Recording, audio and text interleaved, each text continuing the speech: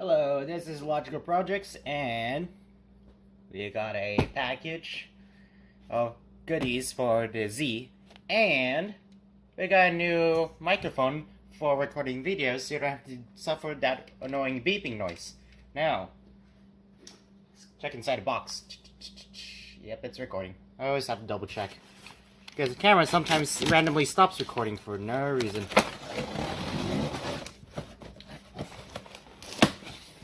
Ooh, Z-car parts. And got for Rock Auto. Nice. KYB shock absorbers. This will get the car OEM like performance. It won't really improve the handling over stock, but it's a lot better than what's current. Also, I got new strut boots and bump stops because they never came with one. Wait, double check.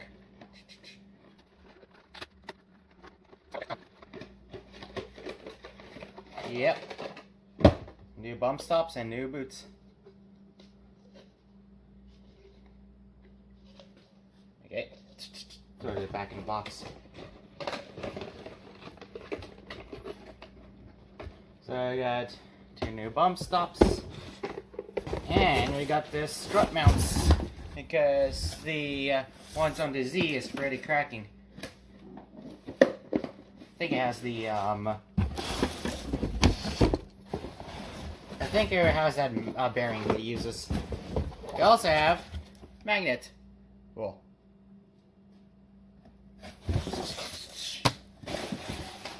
Oop.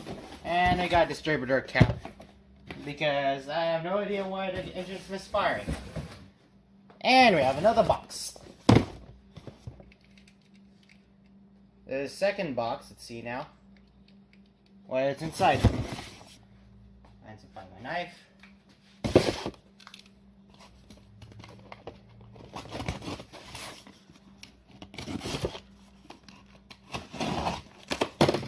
Okay. There you got new distributor rotor, because I have no idea why it's misfiring. I got new suspension parts. I don't know which one this is. I got more suspension parts. I think this is tire not tie rod. I think this is end links with sway bar. I'm not entirely sure. You got a new radiator cap because the radiator cap is leaking. What else? And more suspension parts. What did I order? I don't even remember what I ordered.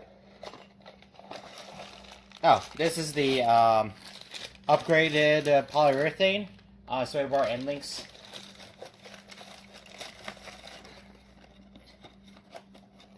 Because the old one it's so rotted that it's shrunk somehow. The rubber shrunk. So like there's actually a little bit of play before this sway bar actually does something. Okay, and we have another box. Make sure everything's recording. Okay, it's my first time using a new phone as a mic recording device.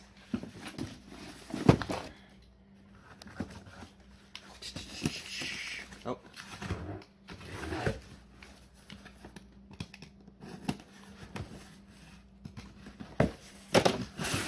We got new NGK spark plug wires. They're the ones that was recommended by the factory service manager, and they're in blue. Got love the blue spark plug wires. And we got this guy, oil pressure sender. This yeah, oil pressure. Hopefully the oil pressure gauge will start working now. That looks like it's upgrade design. Cool. This is the parts I can install on a Z. But before I start doing suspension work on a Z, you know, upgrading the shocks of the struts, I mean. Well, shock struts, same thing, I guess. Close enough. Yeah, this guy. I took out the cluster because I was checking if the bulb was bad for the oil pressure light. Nope, it's a sender. so I ended up ordering a new oil pressure sender. But before I do any suspension work, I'm going to put the cluster back in, and I'm going to replace the oil pressure sender and the spark plug wires. Let's go do that. Okay, so I got the cluster installed. Security light works now. I got a new oil pressure sender. Looks like it's the redesigned model. The redesigned one has a little bit bigger bore for the oil to pass through. And I have replaced the radiator cap.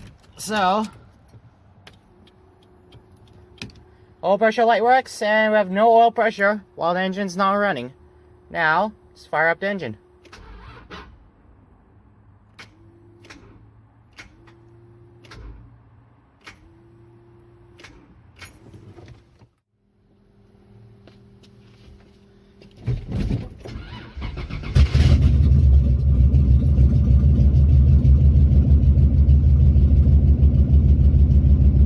Yeah, so, oil pressure went down. I meant that it took a while for the engine to develop oil pressure when I started it. Once I got idle,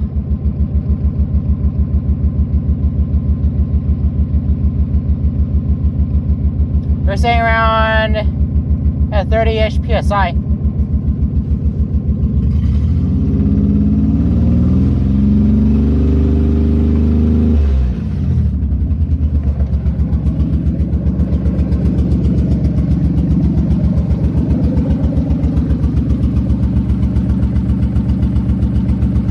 So far, no obvious gushing oil, so I think we're good.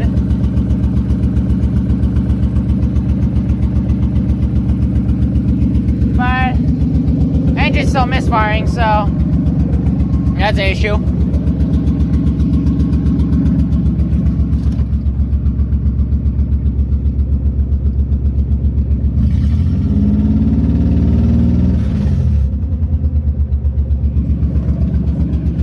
Got pretty good oil pressure, actually.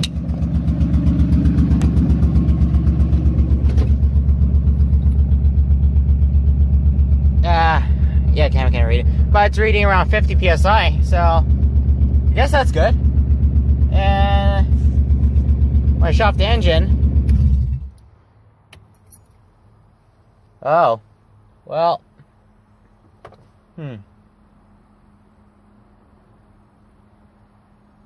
Okay, there we go. So I guess it takes a while for the oil pressure to go down. And fire it up again. Okay, oil pressure comes back up.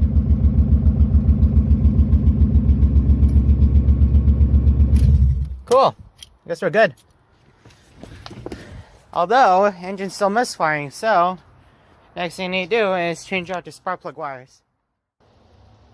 Okay, so this is day 2 of the front suspension replacement, and well, I replaced the spark plug wires and the, what's the other thing called? Spark plug wires. I replaced the distributor cap and rotor, and the engine still misfires. I'm starting to suspect now that the ignition coil might be bad, because I tested the resistance between the primary and secondary connectors, and it seems lower than factory spec. So currently the ignition coil is in the mail, be coming in next week. So for now, I'm gonna go continue the front suspension repair. Before I start, first thing I need to do is, if you have what I need to do is install the steering wheel straight, because the previous owner did not install it straight. Go. So there's a notch on the steering wheel shaft that it has to point straight up, and it has to align with the top of the steering wheel, and that's how you make sure that the steering wheel is lined. Okay. Oh, looks dirty. It's crappy.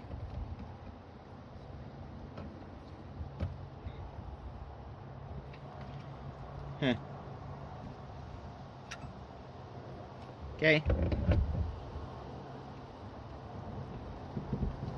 Go.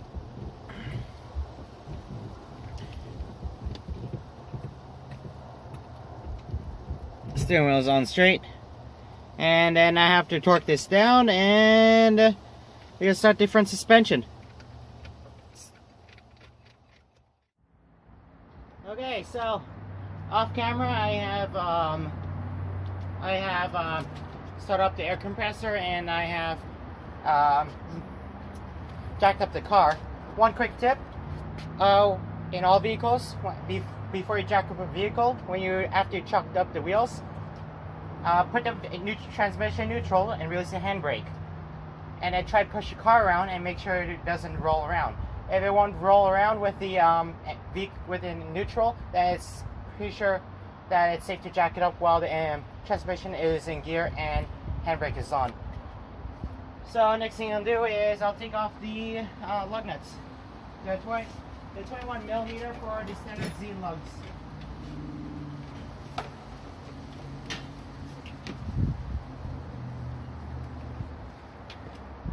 Okay.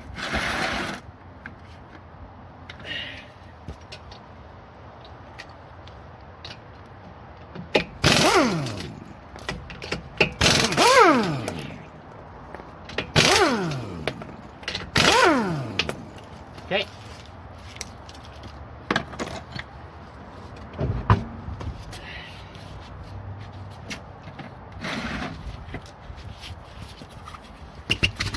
There she. I love that.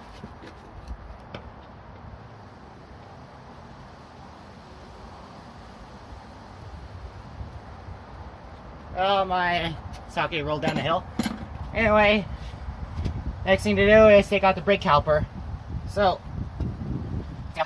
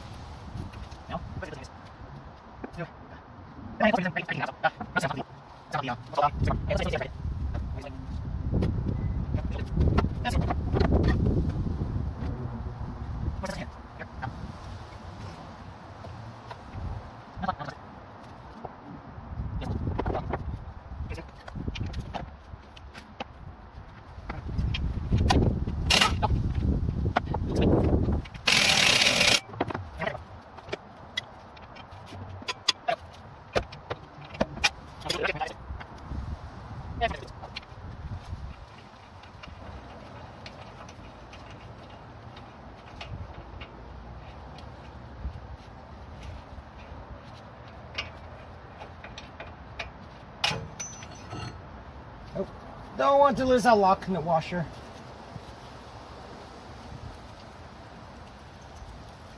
Okay.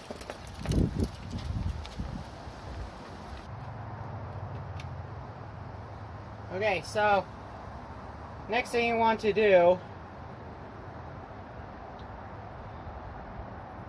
is take out the brake line, clip holding the brake line. I already took it out. And you want to slide the brake line out of the way so it's no longer attached to the strut assembly. There you go. It's loose now. And then next is to take out the tie rod and from the knuckle. So I end up having to use a pickle fork, and finally got the tie rod end out. Yes, the boot is damaged, and using a pickle fork destroys the boot. But the boot was already torn before I got it out, and the tie rod is already bad before I started work on it. So I take it out. Also, you do not have to take out the tie rod end if you're just replacing the strut cartridge. The Z uses a quote-unquote two-piece knuckle design. So the lower part where the tie rod and lower ball joint attaches to is a complete separate piece from the spindle and the strut. and also makes it easier if you want to do a what's it called, high angle steering conversion, since you could just swap that part out. Okay, so it's next day. I have the tie rod assembly removed. Gonna get them replaced. Just remember, you don't need to take out the tie rod and to take out the struts. This is only reason I'm doing that is because I need to replace the tie rod end anyway. So next thing I'll do is there's 2 bolts on the bottom, a strut, and 2 bolts on top that holds it on. So I'll get that out.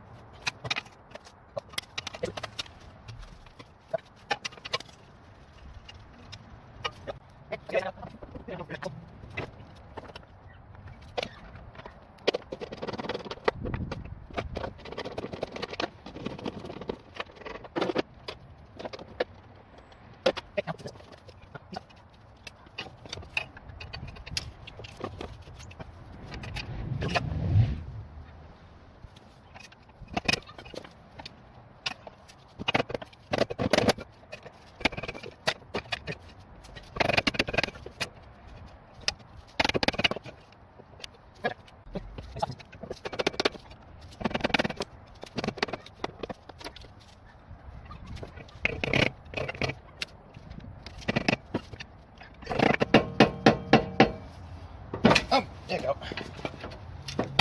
There you go. There you go. Come on, you rusty thing. Come on. Shit's rusty. That means more work for me. More videos. Me fixing things. Oh, got it out. Ooh. It's heavy. It's heavy. It's heavy.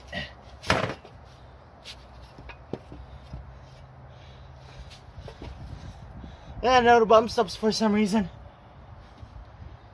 Ooh, that's heavy.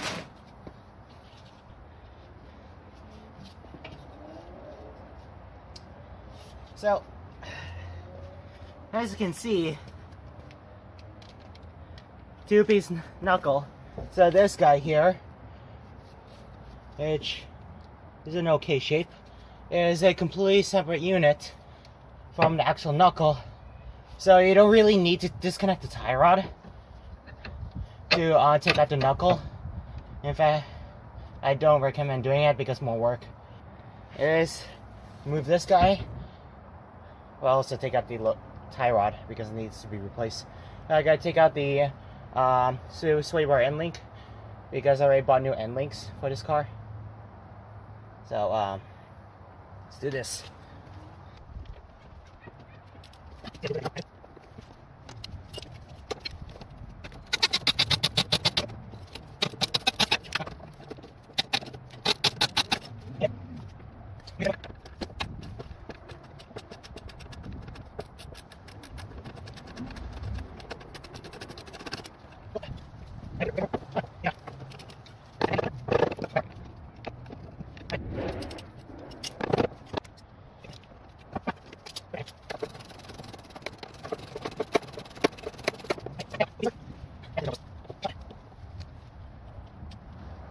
So, let's see. Bushings here. It's bad. The the rubber is already cracking in multiple places. Well, camera doesn't want to focus. And it's actually kind of squished in a little bit. So, yeah, they're good thing replacing them. This will help step up the chassis. So what I'm going to do next is I'm going to do the same on the other side. I'll take out the strut and take out the what's it called? The sway bar end link. I'm not going to record it because it's duplicate content and I'm running out of time. Hopefully it will be good. Okay, so this is the next day. Well, 2 days later, more like, and the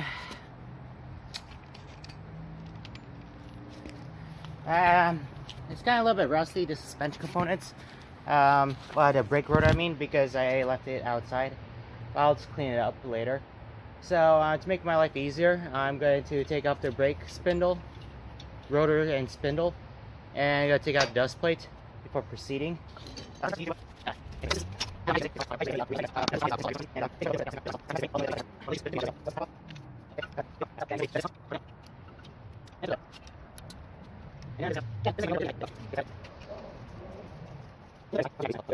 I just lift this guy out, then there you go, brake rotor and spindles out, and then to take a good dust cover, it's just 3 screws. I already loosened it on this side, so just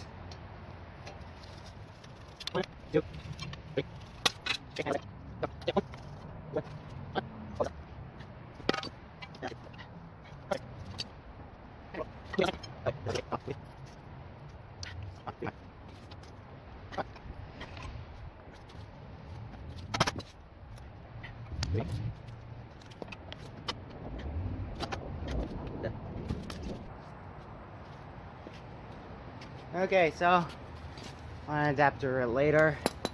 I got this screws loose, so I can take it out now.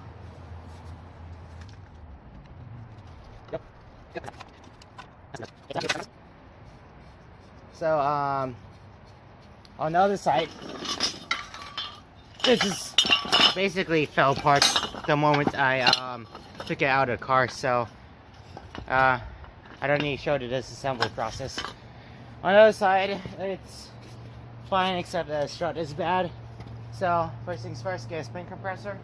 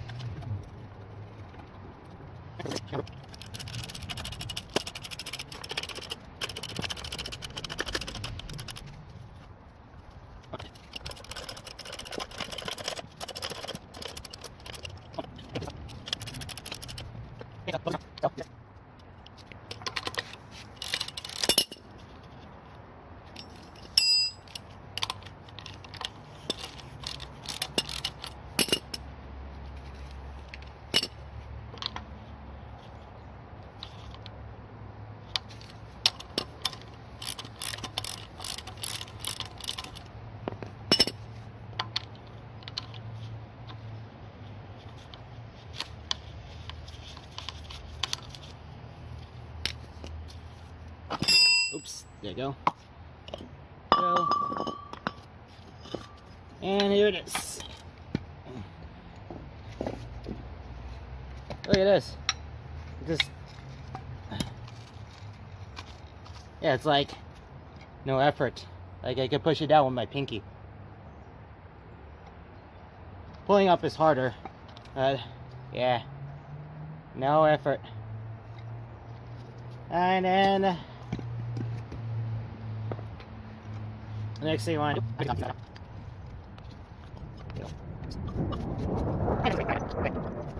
So the next thing you want to do, I'm going to make sure you can see, is you have to,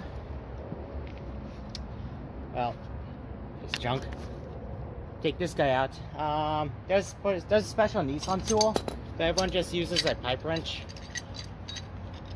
I'm pretty sure it looks like the previous owner used a pipe wrench also, so let's take this guy out.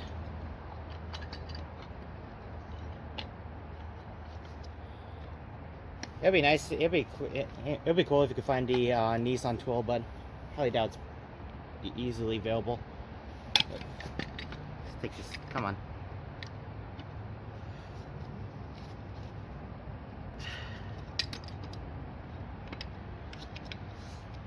Come on. Oh, there you go.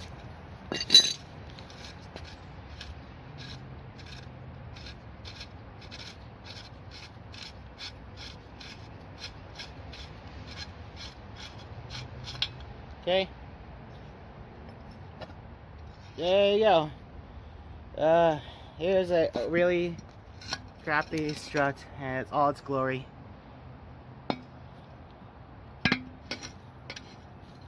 Yeah, it's aftermarket strut, but it's dead.